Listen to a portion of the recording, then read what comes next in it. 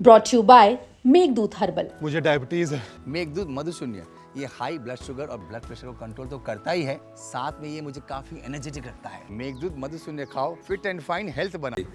देखिए, सरकार अपनी तरफ से तो बहुत ज़्यादा सीना पीट करके बोल रही है कि हमने बसों की व्यवस्था रखी, प्रशासन पूरी तरह लगा हुआ था। कई जगह बड़ी दिक्कतें आई और कहीं का उदाहरण नहीं, आपको अपने सिरसा जिले का उदाहरण देता हूँ। 2 हमशक्ल बहनें थी जो कि जन्म का समय भी एक, सारा कुछ एक, लेकिन दोनों के आधार कार्ड अलग अलग बने हुए थे। उनका पेपर का टाइम एक था।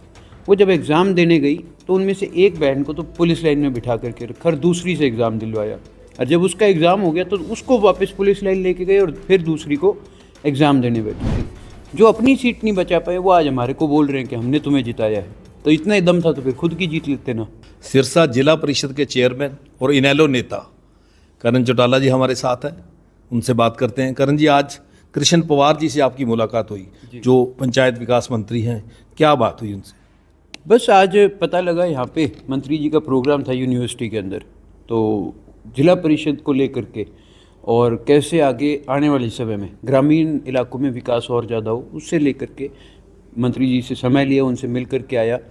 और उनके आगे मैंने ये बात भी रखी कि कैसे जो बजट हमारे को पिछले साल आया था उसके मुताबिक हमारे पास जो डिमांड्स लोगों की थी वो ज़्यादा थी।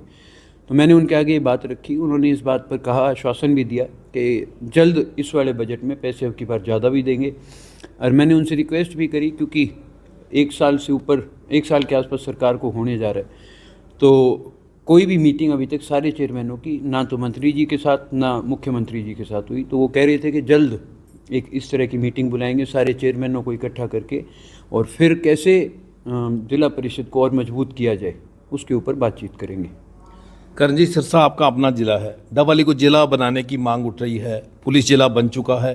कृष्ण पवार जी भी उस कमेटी के सदस्य हैं जिसने डबवाली को जिला बनाना है। इस विषय में कोई बात हुई? नहीं, आज इस विषय में कोई चर्चा नहीं हुई, पर देखिए ये तो डिपेंड करता है आगे जो क्या फैसले लिए जाएंगे, कितने ज़िले बनेंगे, कितने हल्के और बढ़ाए जाएंगे, उस पर निर्भर करता है। कि पर अगर देखा जाए तो आज नीड है कि भाई डबवाली को एक ज़िला बनाया जाए। कल सीईटी का एग्ज़ाम था, 2 दिन लगातार लाखों लोगों ने एग्ज़ाम दिया। अब हालांकि मंत्री जी आज दावा करके गए हैं अभी 2 लाख नौकरियां निकाली जाएंगी। आप पूरा एग्जामिन कैसे करते हैं? 2 दिन का एग्ज़ाम कैसे रहा? सरकार के जो इंतजाम हैं वो कैसे रहे? देखिए, सरकार अपनी तरफ से तो बहुत ज़्यादा सीना पीट करके बोल रही है कि हमने बसों की व्यवस्था रखी, प्रशासन पूरी तरह लगा हुआ था और बहुत अच्छे तरीके से एग्ज़ाम हुए, लेकिन कई जगह बड़ी दिक्कतें आई और कहीं का उदाहरण नहीं, आपको अपने सिरसा जिले का उदाहरण देता हूँ। 2 हमशक्ल बहनें थी जो कि जन्म का समय भी एक, सारा कुछ एक, लेकिन दोनों के आधार कार्ड अलग अलग बने हुए थे। उनका पेपर का टाइम एक था। वो जब एग्ज़ाम देने गई तो उनमें से एक बहन को तो पुलिस लाइन में बिठा करके रखा और दूसरी से एग्ज़ाम दिलवाया, और जब उसका एग्ज़ाम हो गया तो उसको वापस पुलिस लाइन लेके गए और फिर दूसरी को एग्ज़ाम देने बिठाया गया। जब उनके आधार कार्ड अलग हैं तो आप उनको अलग अलग थोड़ा दूर बिठा सकते थे, पर ये किस बात का कायदा हुआ? उस वजह से उनको भी परेशान होना पड़ा, उनकी फैमिली को भी आधे दिन से ज़्यादा वहाँ वेट करना पड़ा। तो कहीं ना कहीं व्यवस्था में दिक्कत थी। और जहाँ तक नौकरियों की बात है, देखिए, नौकरियों के बारे में सरकार ने पहले भी कई बार कहा है, लेकिन मेरे से ज़्यादा आप लोग इस बात से वाकिफ़ हैं किस प्रकार से पेपर हुए, एग्ज़ाम हुए, सारा कुछ हुआ, फिर उनको कैंसिल कर दिया गया। और नौकरियों के नाम पर सरकार सिर्फ मीडिया के आगे बोलती है कि हमने इतनी नौकरियाँ दे दी। जिस दिन दे देंगे हम ज़रूर इस बात की सराहना करेंगे, और नहीं देंगे तो फिर देखिए विपक्ष की भूमिका भी निभाएंगे। करण जी, सरकार के एमपी एमएलए बड़े फ्रस्ट्रेट हैं। उमेद पातुआ सबारडा के विधायक हैं, उनको 1 दिन का धरना देना पड़ा सांकेतिक। राम कुमार गौतम कह रहे हैं एमपी एमएलए की चलती नहीं। फिर जो खुद के एमएलए हैं वही फ्रस्ट्रेट हैं। बिल्कुल, आज के दिन ये हालात हैं कि बहुत गिने चुने लोग हैं जो इस सरकार को चला रहे हैं और सब इस बात को जानते हैं। दूसरी तरफ जहाँ पर मैं प्रदेश की बात करूँ, सिर्फ और सिर्फ एमएलए एमपीज़ की बात नहीं, आज तो ये हालात है कि मुख्यमंत्री महोदय की भी नहीं चल रही। बारी बारी वो इस तरह के बयान देते हैं कि हम क्राइम को कंट्रोल करेंगे, कानून व्यवस्था का अच्छी तरह पालन करवाएंगे, गैंगस्टर्स को पकड़वाएंगे, लेकिन आप रोज़ाना देखते हैं किस प्रकार से हरियाणा प्रदेश के अंदर क्राइम दिन बर दिन बढ़ता जा रहा है।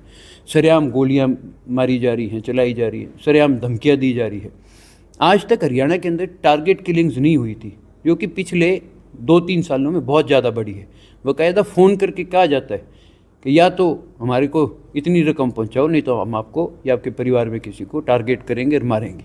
और आपने देखा कि दूर क्यों जाए, हमारे अपने पार्टी के प्रदेश अध्यक्ष नवय सिंह राठी जी के साथ भी ऐसा ही हुआ और आज तक उनको न्याय नहीं मिला परिवार को।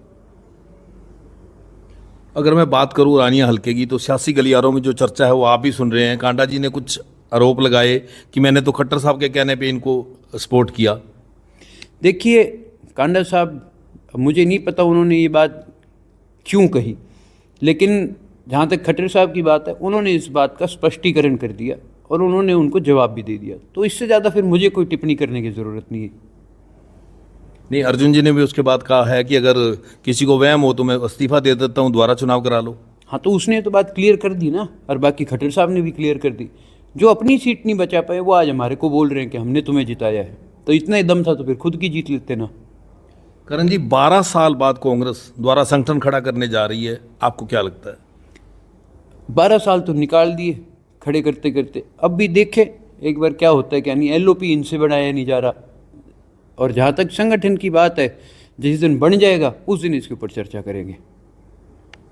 और आपकी जो है लॉ एंड ऑर्डर को लेकर क्या कहना चाहेंगे प्रदेश का? लॉ एंड ऑर्डर को लेकर के मुझे कहने की जरूरत नहीं, मुख्यमंत्री जी स्वयं इस बात को मानते हैं कि आज प्रदेश में लॉ एंड ऑर्डर की व्यवस्था बहुत ज़्यादा बिगड़ी हुई है और उसे सुधारने की ज़रूरत है। लेकिन कब तक कामयाब होंगे और कब तक सुधारी जाएगी, इसका कुछ अभी अता पता नहीं है। अगर सरकार चाहे और प्रशासन चाहे तो किसी में इतनी हिम्मत नहीं है कि ऐसे दिन दहाड़े गोलियां चला दे और फिरौतियाँ मांग ले। करण जी, इंडियन नेशनल लोकदल की स्टेट की बैठक है, मेंबरशिप ड्राइव चलाई जा रही है, सभी प्रकोष्ठ जो इतने 16 प्रकोष्ठ हैं कार्यकारिणी घोषित की जा रही है। अपने संगठन को लेकर क्या कहना चाहते हैं, कैसे विस्तार दे रहे हैं? देखिए, बहुत अच्छी तरह टाइम लगा करके इस बार संगठन को दोबारा नए सिरे से जो खड़ा करा जा रहा है। और जहाँ तक युवा की जिम्मेवारी थी, आज हमने सिरसा जिले की भी युवा कार्यकारिणी घोषित कर दी है और बहुत अच्छे नए साथियों की जिम्मेवारी लगाई है। आगे धीरे धीरे और कैसे इस संगठन को मजबूत करना है, उस पर आज मेरी युवा साथियों से चर्चा भी हुई थी और कल जो कैथल में मीटिंग है उसमें भी इस बात के ऊपर विस्तार से चर्चा होगी। तो ये थे जिला परिषद के चेयरमैन करण चौटाला, जिन्होंने जहां प्रदेश में लॉ एंड ऑर्डर की स्थिति पर चिंता व्यक्त की, वहीं अपने संगठन विस्तार को लेकर पूरी जानकारी दी। हरियाणा तक के लिए सिरसा से बलजीत सिंह।